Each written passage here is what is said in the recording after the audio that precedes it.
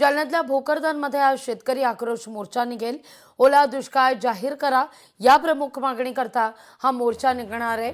शरदचंद्र पवार पक्ष अर्थात राष्ट्रवादी काँग्रेस यांच्या वतीने या मोर्चाचं आयोजन करण्यात आलेलं आहे। शशिकांत शिंदे, रोहित पवार, राजेश टोपे या मोर्चात सहभागी होतील।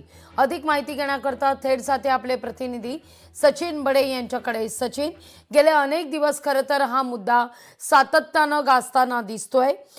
ओला दुष्काळ जाहीर करावा ही विरोधकांची प्रमुख मागणी आहे आणि याच मागणी करता आज शरद पवार यांची राष्ट्रवादी रस्त्यावर उतरेल।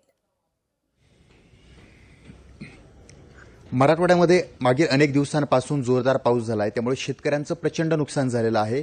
शेतकऱ्यांच्या हाती काहीच लागलेलं नाहीये, कारण पीक जे आहे ते पूर्णपणे पाण्यात सडून गेलं किंवा पाण्यामध्ये ते अडवं झालेलं आहे।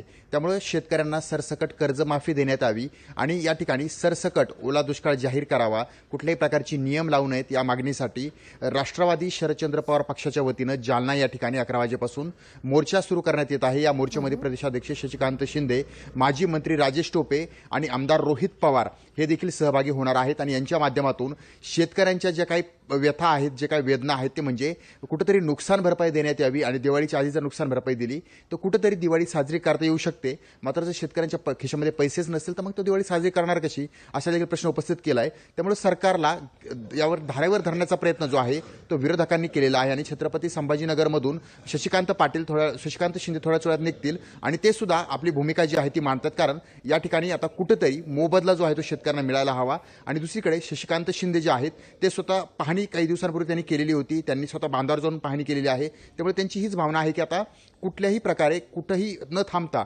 शेतकऱ्यांच्या मागण्या पूर्ण कराव्यात आणि सरकारनं कुठलाही विलंब न करता शेतकऱ्यांना सरसकट कर्जमाफी देण्यात यावी आणि ओला दुष्काळ जो आहे तो जाहीर करावा, ही मागणी जी आहे ती केलेली आहे। त्यामुळे जालन्यातील मोर्चाकडे सर्वांचं लक्ष लागून आहे आणि हा मोर्चा काढल्याच्या नंतर सरकारवर किती दबाव निर्माण होतो आणि सरकार ओला दुष्काळ जाहीर करणार का हे पाहणं महत्त्वाचं आहे। लागवीजी अगदी सचिन, तुर्तास धन्यवाद तुम्ही दिलेल्या सविस्तर माहिती करता।